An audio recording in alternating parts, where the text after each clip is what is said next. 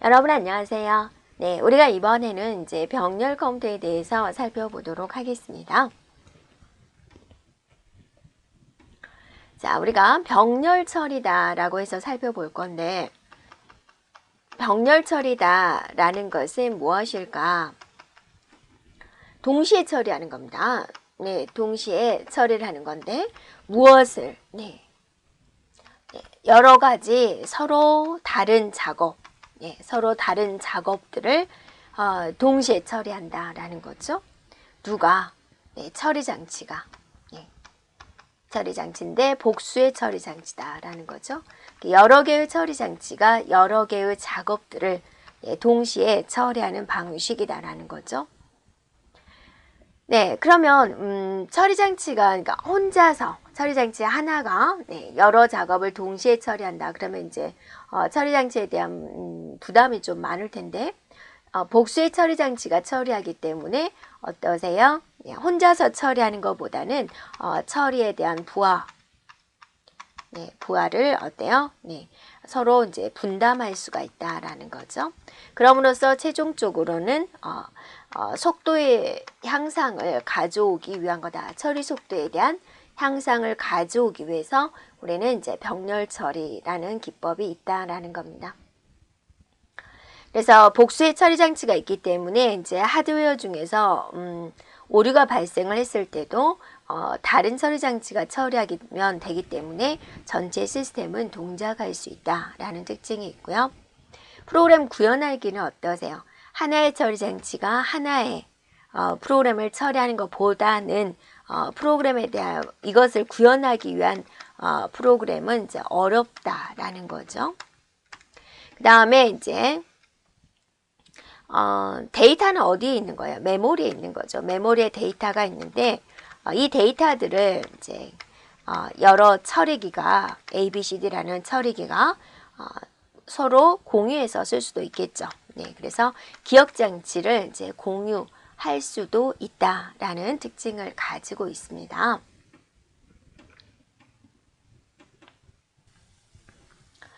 자, 플린이라는 사람이 이제 병렬 컴퓨터에 대한 분류를 했습니다. 그러면 뭐를 기준으로 분류를 했냐? 분류에 대한 기준이 있어야 되겠죠. 그래서 명령과 자료가 어떤 식으로 이루어지는지에 따라서 병렬 컴퓨터 구조를 구분을 했는데요. 어떻게 구분을 했느냐? 자, SISD, SIMD, MISD, MIMD 이렇게 구분을 했어요. 보면은 이제 여기서 S가 무슨 뜻이냐? 싱글, 한 개다라는 뜻이고 M이다라는 것은 이제 멀티 해서 여러 개다라는 거고요. 그 다음에 I는 무엇일까? I는 instruction 해가지고 명령을 말을 하는 거고 D는 데이터 해서 이제 자료, 데이터를 의미를 합니다. 그러면 여기서 SISD다. 그럼 뭐겠습니까? 명령어, 싱글 인스트럭션, 싱글 데이터. 명령어 하나가 데이터 하나를 처리하는 그런 구조다라는 겁니다. 그래서 한 개의 명령어를 이제 번역을 하고 그게 이제 어떤 명령어인지 그걸 이제 처리를 해야 되겠죠. 그 처리를 할 때 데이터가 몇 개가 필요해요? 한 개가 필요하다 그죠. 그래서 주격 장치에서 한 개의 데이터를 꺼내 와서 처리하는 그런 방식이다라는 거죠. 그래서 가장 고전적인 방식이 되고요. 폰 노이만 방식이다 이렇게 말을 하고 있습니다. 그래서 이제 이거는 하나의 명령어 처리할 때 한 개의 데이터를 처리한다라고 해서 이제 우리가 파이프라인에 의한 시간적 병렬 처리가 가능하다 그렇게 말을 하고 있습니다. 자, 파이프라인이 무엇일까는 이제 바로 뒤에 나오니까 우리가 살펴볼 거고요. 시간적 차이를 두고 병렬 처리가 가능하다라는 겁니다. 다음에 SIMD다 라고 하면 뭐겠습니까? 명령어 하나로서 여러 개의 데이터를 처리하는 그런 방식이 된다라는 겁니다. 네, 그래서 하나의 명령어를 처리할 때 이제 데이터가 이제 여러 개 필요하다라는 건데, 이거는 이제 어디서 사용이 되느냐? 배열 프로세서에서 사용이 된다. 배열이라는 것은 무엇이냐면 같은 형태의 데이터들이 이렇게 여러 개 있는 모양이 되죠. 그래서 A의 0번째 방, A의 첫 번째 방, A의 두 번째 방 해서 여러 개의 데이터가 저장이 되어 있는 거고, 이게 공통적인 배열 이름 A라고 했을 때 A를 가져와 그럼 얘네들이 한꺼번에 오는 거예요. 기차처럼. 네. 그래서 그걸 이제 이렇게 처리할 때 쓰는 것이다. 그래서 배열 프로세서, 배열 처리기에 의한 이걸 이제 우리가 이제 배열, 핵심적인 배열에 있습니다. 네, 배열 처리기에 의한 동기적 병렬 처리가 가능하다. 이렇게 말을 하고 있습니다. 자, 여기서 동기적 병렬 처리다, 동기적이다 라는 것은 뭐냐면 하나의 처리를 하고 그 다음 처리를 이제 하고 이런 방식을 우리는 이제 동기적 처리다 그죠. 하나의 처리를 맞추고 또 하나의 처리를 맞추고 이런 방식으로 흘러가는 것을 말을 합니다. 자, 그 다음에 MISD다 라는 건 뭐겠습니까? 자, 명령어 여러 개가 되는 거죠. 여러 개의 명령어를 처리하는 데 있어서 데이터가 이제 한 개가 필요하다라는 거죠. 그래서 이 하나의 데이터를 가지고 여러 명령어를 이렇게 처리하는데 실제적으로는 이게 구현되기는 좀 힘들다라는 거죠. 왜냐하면 A라는 처리를 할 때 데이터, 이 똑같은 데이터, B라는 데이터도 처리, C라는 데이터도 처리를 하는데 A라는 처리에서 만약에 연산 명령어, 계산 명령어 들어와 버린다. 그럼 데이터 값을 지금 바꿔버리는 거죠. 근데 그걸 동시에 가져가서 처리를 해버리면 문제가 생기는 거죠. 네. 그래서 이거는 이제 파이프라인에 의한 비동기적 병렬 처리가 이제 가능하다라고 하는데요.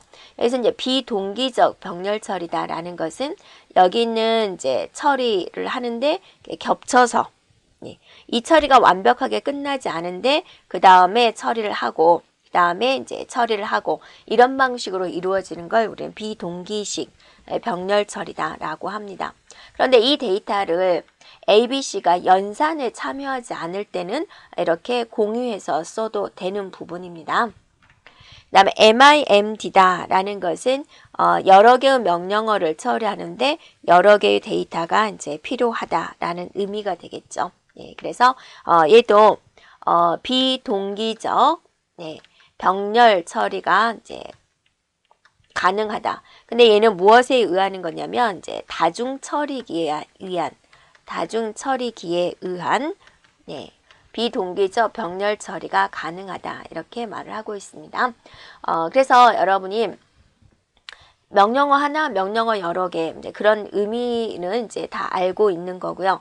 핵심적인 부분은 이제 기억을 해 준다면 가끔씩 어떤 부분이 나오게 되냐면 가끔씩 고존적 폰 노이만 방식은 무엇이냐 라는 거, 그 다음에 배열 처리기에 의한 동기적 병렬 처리가 가능한 건 무엇이냐 이렇게 물어보고요. 이게 이제 좀 주로 나오는 부분이고요.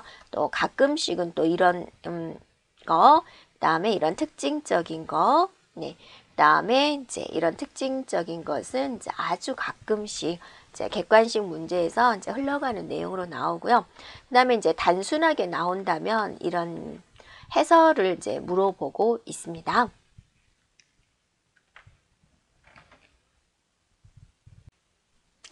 자, 이번에는 이제 팽이라는 사람이 병렬 컴퓨터 구조를 또 구분을 했습니다. 어떻게 구분을 했느냐? WSBS, W와 S와 B와 S입니다. 그 다음에 WP, BS가 있겠죠? 그 다음에 뭐가 있을 것 같아요? WSBP가 있겠죠. 그 다음에 WP, 그다음에 BP 이렇게 이제 네 가지로 구분을 했습니다. 자, W다라는 것은 이제 워드의 약자가 되는 거고요. S는 이제 시리얼 해가지고 네, 순차. 그 다음에 이제 B는 비트. 그 다음에 뭐가 있나요? P가 있죠. 네, P는 병렬이라는 의미가 약자가 되겠습니다. 그래서 WSBS다 그러면 단어, 워드 단어, 네, 단어별 순차 처리, 네, 비트별 순차 처리를 한다라는 거죠. 네, 그래서 한 번에 한 비트씩 네, 처리하는 방식이다라고 해서 네, 초창기, 초기에 컴퓨터에서 처리하는 방식이고요. WPBS다 그러면 이제 단어별 병렬 처리, 네, 비트별 순차 처리를 한다라는 거죠. 그래서 단어별 병렬 처리를 한다. 그러니까 여러 개의 단어가 되겠죠. 여러 개의 단어를 이제 묶어서 처리를 하는데, 그 중에서 한 개의 비트 슬라이스 단위로 그랬습니다. 비트 슬라이스다.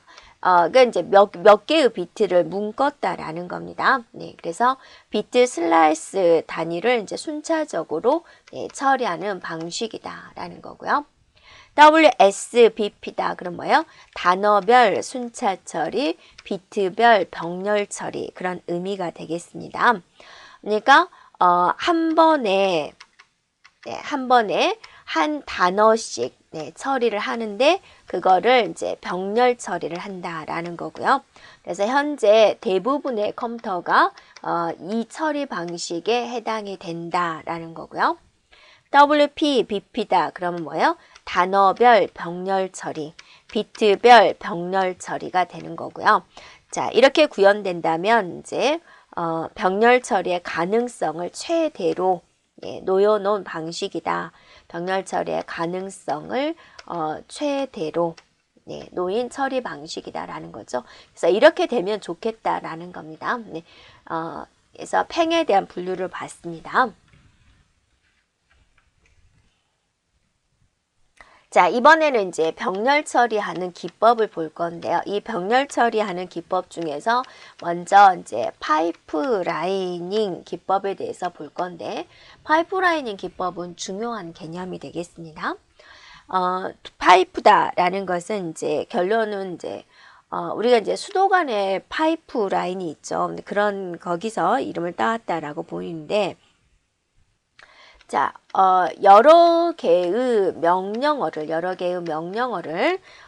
동시에 병렬 처리하는 기법이 되겠습니다. 그래서 명령어에 대한 명령어의 흐름이 끊기지 말자. 그래서 이것이 수도관에서 물이 흐르는 것처럼 끊기지 말자. 그래서 그런 식으로 계속해서 명령어를 처리를 하자라고 하는 데서 이제 붙여진 이름이 되겠습니다. 그래서 이제 명령어를 이제 중첩을 시켜줍니다. 중첩시켜서 처리하는 방식이 되는 것이고요. 명령어를 실행하는 데 있어서 이제 몇 개의 단계로 분할을 해주고 서로 다른 명령어를 처리를 함으로써 결론은 이제 CPU의 이제 성능을 높여주는 그런 기법이 되겠습니다. 자, 그림으로 우리가 그려본다면 이제 우리가 이겁니다. 하나의 명령어입니다. 근데 자, 하나의 명령어를 처리를 하고요. 또 하나의 명령어를 처리를 하고 또 하나의 명령어를 처리를 하고 자, 우리가 이제 일반적으로 처리하는 이런 기법이 되는데 파이프라인 기법은 이 하나의 명령어를 몇 단계로 나눕니다. 예를 들어서 4단계로 쪼갰다. 그러면 이렇게 되고요. 명령어 2가 이렇게 들어오게 됩니다. 이렇게요. 네. 그래서 이게 병렬 처리가 가능하다라는 거죠. 자, 이런 방식으로 이제 처리를 하는 게 네, 파이프라인 기법이다라고 보면 되겠습니다. 자, 그러면 이제 우리가 한번 볼게요. 각 단계를 처리하는 네, 이렇게 있는데 단계를 처리하는 게 1 마이크로세컨드다. 이 하나하나의 단계가 1 마이크로세컨드고 명령어가 100개가 있다. 명령어는 4단계씩 구성이 되어 있다. 4단계니까 이렇게 사각형을 4개를 친 겁니다. 그러니까 이게 하나의 명령어가 되는 거죠.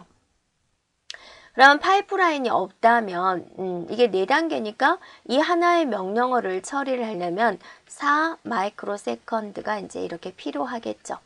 4 마이크로세컨드 하나의 명령어를 처리하는데 이 시간이 걸릴 거고 이게 100개니까 얼마에 총 400 마이크로세컨드가 걸리겠죠.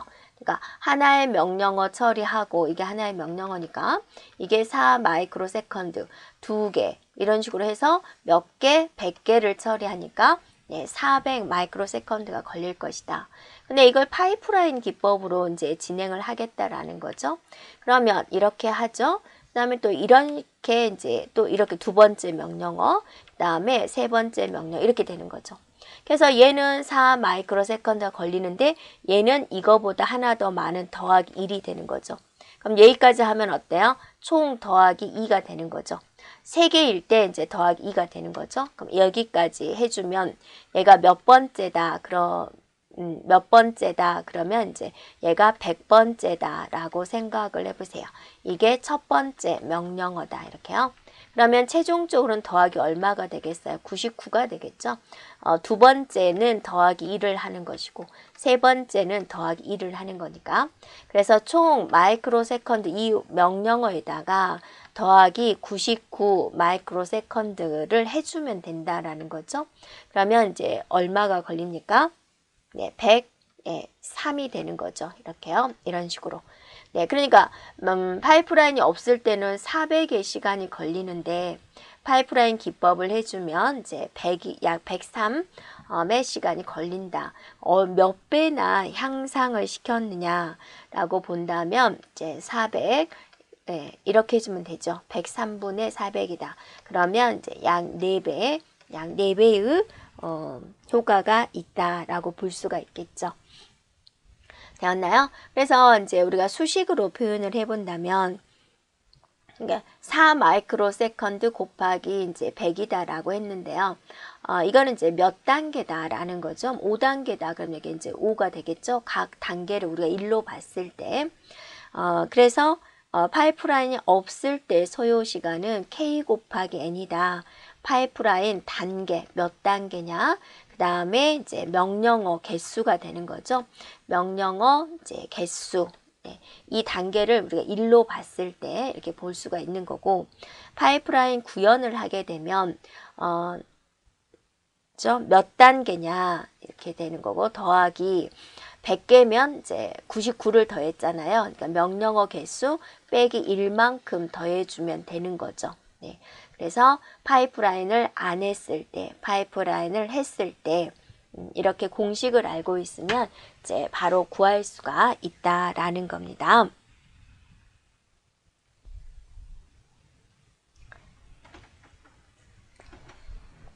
자, 여러분이 이 문제를 한번 풀어볼까요? 4단계 파이프라인을 채용한 CPU에서 250개의 명령어를 처리하기 위해서 소요되는 최소 시간은 얼마냐 그랬습니다. 자, CPU의 클록 주파수가 1MHz다 라고 그랬습니다. 그리고 친절하게 각 단계를 처리하기 위한 시간은 1 마이크로세컨드다 라고 그랬습니다. 그럼 4단계고 250개의 명령어다 그랬으니까 이렇게 4개씩 구성이 된다라는 거죠. 이렇게요. 그러면 이제 이게 얼마가 걸리는지 시간을 알아내고 여기다가 얘가 몇 개예요? 249개가 되는 거죠. 더하기 249 해주면 되겠죠.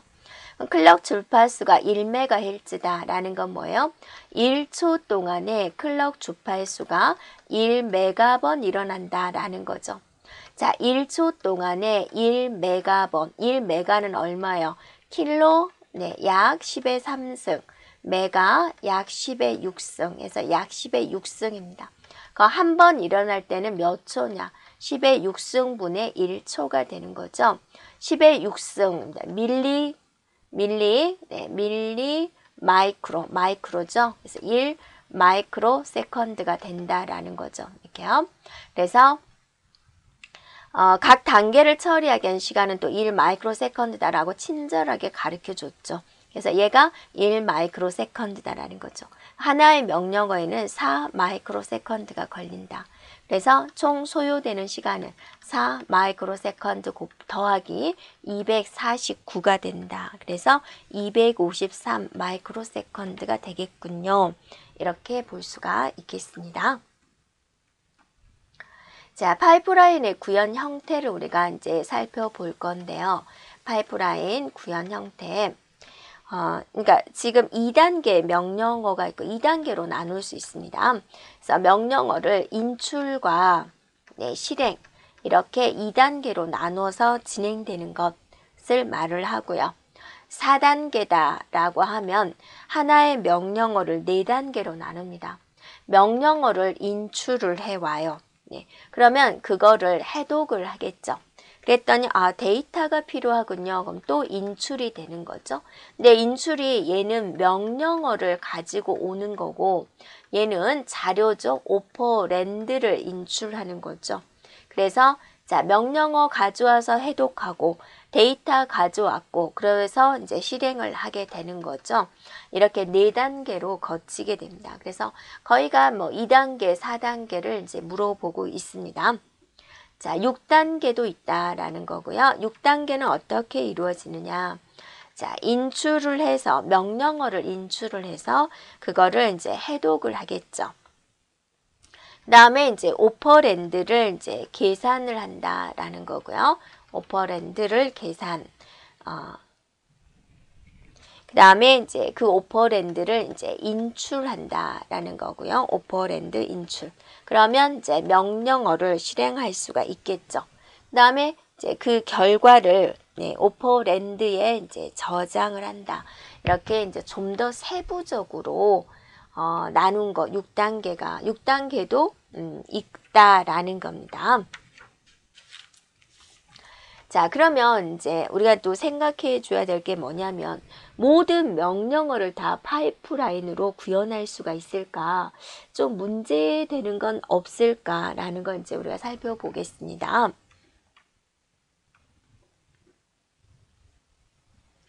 자, 그거를 이제 파이프라인을 저해하는 요인들. 그걸 이제 우리는 뭐라 그러냐면 이제 파이프라인 해저드다라고 합니다. 자, 예를 들면 이제 어떤 게 있냐면 우리가 한번 살펴볼게요.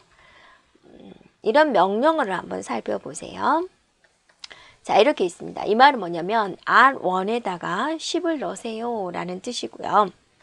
그 다음에 이제 R2에다가 20을 넣으세요 라는 뜻이고, 자, 그거를 더하세요. R1과 R2를 더하세요. 그래서 R1에다 다시 저장을 하는 거죠.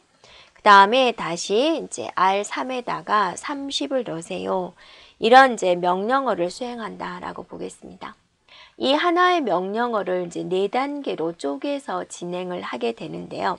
어찌어찌 해서 이 부분에 이제 R1에 10을 넣으세요 라는 이제 명령어가 진행이 된다라고 보겠습니다. 그 다음에 이거 같은 경우도 이제 4단계로 이렇게 쪼개서 진행이 되는데 여기에 이제 R2에다가 20을 넣으세요 라는 게 됐다라고 보고요. 그 다음에 이제 세 번째가 이렇게 되어 있는 건데, 자, 어찌어찌 해서 이제 여기서 이제 실행을 하겠다. R1과 R2를 이제 더하겠다라는 연산이 이제 여기서 진행이 된다라고 가정을 하겠습니다. 그럼 여기서 이제 문제점이 발생이 되는 거죠. 이거는 시간차가 없이 동시에 실행이 되는 거죠. R1, 이제 R2가 20을 넣는 거죠. 그런데 여기는 R1과 R2를 지금 같이 더하고 있잖아요. R1에 20을 넣는 것과 R1, R2를 이제 동시에 실행을 하게 되는 거죠. 그래서 이것의 입장에서는 R1은 지금 10이 들어와 있는 거고 R2는 지금 없어요. 그죠? 확정이 되어 있지 않은 상태에서 지금 덧셈 연산을 해야 되는 거죠. 그럼 이런 게 이제 문제가 되는 거죠. 그래서 이런 명령어들은 이제 어떻게 바꿔버리냐면, 자, 이렇게 R2가 들어온 다음에 연산을 해야 되기 때문에 비어있는 거를 이제 이렇게 삽입을 해주는 거죠. 그 다음에 이제 여기에 이런 게 실제적인 명령어가 들어온 겁니다. 그래서 1번, 얘를 이제 번호 1번, 2번, 3번, 4번이 있었을 때 1번 명령어, 2번 명령어, 3번 명령어. 그래서 이 시점에 R1에다 10을 넣겠다. 이 시점에 R2에 20을 넣겠다. 그죠? 네. 그 다음에 이제 여기서 실제로 이제 덧셈 연산이 실행이 되기 때문에 이렇게 하면 이제 문제가 없는 거죠. 그래서 여기 이제 지연해 주는 거, 아무것도 안 하는 거, no operation, 이런 명령어를 중간에 삽입을 시켜주는 거죠. 네. 그러니까 이렇게 파이프 이런 식으로 진행이 됐을 때 문제점이 생기니까 이런 식으로 이제 우리 해결을 할 수가 있다. 이거는 이제 지연을 시켜주는 하나의 예를 볼 수가 있습니다. 하지만 이 지연이 너무 많이 일어나면 어떠세요? 파이프라인의 본래 취지를 벗어나게 되는 거죠. 네. 그래서 이렇게 파이프라인을 방해하는 요인들, 파이프라인 해저드에는 어떠한 것이 있을까라고 이제 우리가 살펴보겠고요. 기본적인 해결책은 지연입니다. 네. 자, 그럼 해저드의 유형에는 어떤 게 있을까? 먼저 구조 해저드가 있고요. 자, 데이터 해저드가 있고요. 네, 제어 해저드가 있습니다. 구조 해저드다라는 것은 이제 뭐냐면 하드웨어가 여러 명령어의 수행을 지원하지 않기 때문에 여러 명령어를 동시에 수행을 해야 되는데 이런 구조적인 내용들을 하드웨어적으로 뒷받침을 하지 못하고 있다라는 거죠. 네. 그러다 보니까 두 개의 이제 메모리가 있는데, 자, 명령어가 접근을 해서 데이터를 이렇게 가지고 와야 되는데 하나의 데이터, 동일한 자료를 이렇게 써야 되는 경우예요. 그러면 어쩔 수 없이 어때요? 얘는 이제 충돌이 발생이 되겠죠. 네. 그래서 여러분이 신발을 신고 난 다음에 벗어야 되는데 신발 신고 벗는 것을 동시에 해라. 그러면 어떠세요? 문제가 생기겠죠. 이런 것을 우리는 구조적인 해드다라는 겁니다. 하드웨어적으로 이런 것들을 이제 지원하지 않기 때문에 발생된다라고 볼 수가 있고요. 데이터 해저드다라고 한다면 내가 이제 명령어를 수행 중인데 이전의 명령어 결과가 나와야지 이 명령어를 이제 수행을 할 수가 있는 방식이 됩니다. 그래서 A는 B-C가 있고 그 다음에서 A는 C 더하기 D가 있는 거예요. 근데 이게 이제 어쩌다 보니까 동시에 실행을 해야 되는 경우 이런 데는 이제 문제가 생긴다라는 거죠. 그래서 이전 명령의 결과에 종속되는 경우 그런 걸 이제 데이터 해저드다라고 하는 것이고요. 제어 해저드는 이제 분기 명령에 의해서 발생이 되는 겁니다. 그래서 명령어를 우리가 4단계로 이제 하기 때문에 명령어 해석을 해가지고 그죠? 이렇게 이제 해석을 다 해서 실행하려고 봤더니 그것이 분기하는 명령어였어요. 그러면 지금 이 명령어를 수행하는 거예요? 안 하는 거예요? 안 하는 거죠. 100번, go to 100번이다가 100번에 가서 거기에 있는 명령어를 다시 해석을 해야 되는 경우입니다. 네.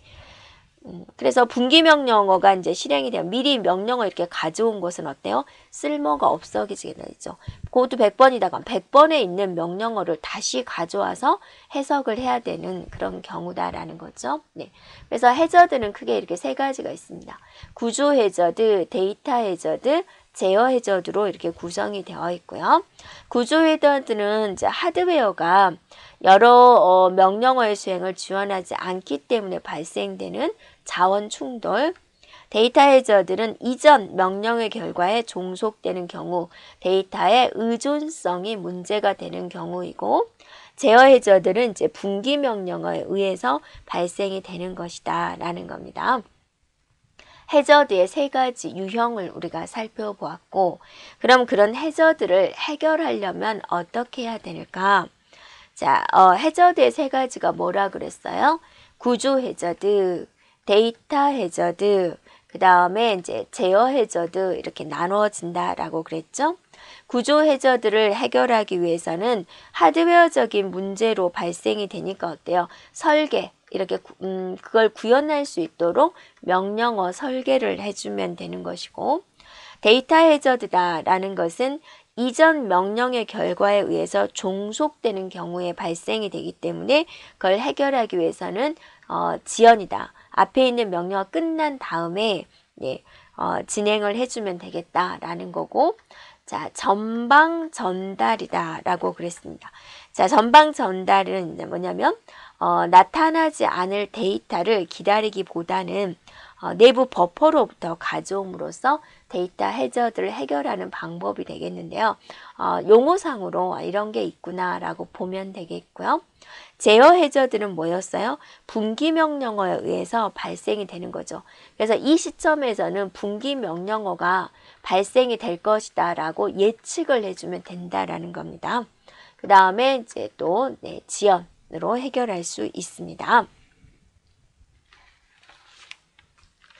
네, 그래서 파이프라인 해저드의 해결 방법은 한번 출제가 되었던 부분입니다. 네, 그 다음에 이제 파이프라인보다 이제 더 발전된 게 뭐가 있냐면 슈퍼스칼라가 있습니다. 슈퍼스칼라는 이제 뭐냐면 파이프라이너과 비교해 본다면 일반적인 명령어 이렇게 처리하는 거죠. 명령어 1, 명령어 2, 명령어 3.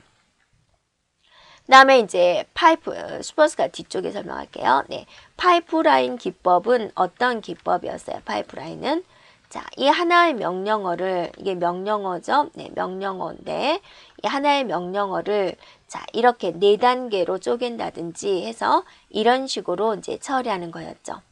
자, 슈퍼스칼라는 어떤 거냐면 더 발전돼가지고, 이 하나의 명령어를 4단계로 쪼갰다. 그러면 이렇게 처리를 해버리는 거죠. 다음 명령어, 또 그 다음 명령어 이런 식으로 처리하니까 좀 더 발전된 걸 여러분이 볼 수가 있겠죠. 자, 이런 거를 이제 슈퍼스칼라다라고 하는 겁니다.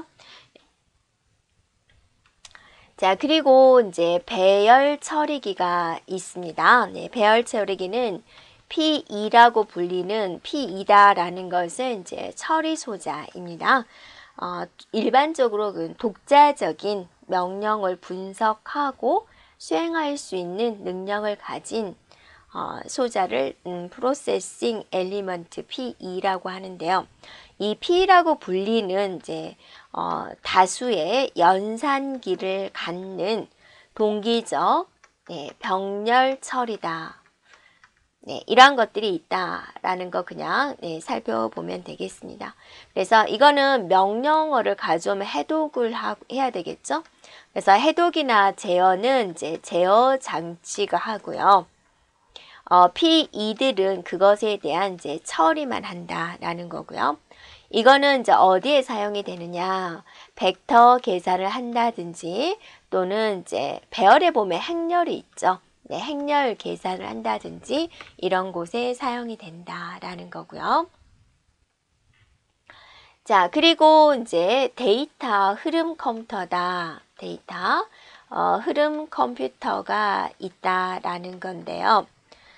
이거는 이제 우리가 이제 기본적으로 사용하고 있는 그런 제어 흐름 컴퓨터하고는 다른 개념이다라는 겁니다.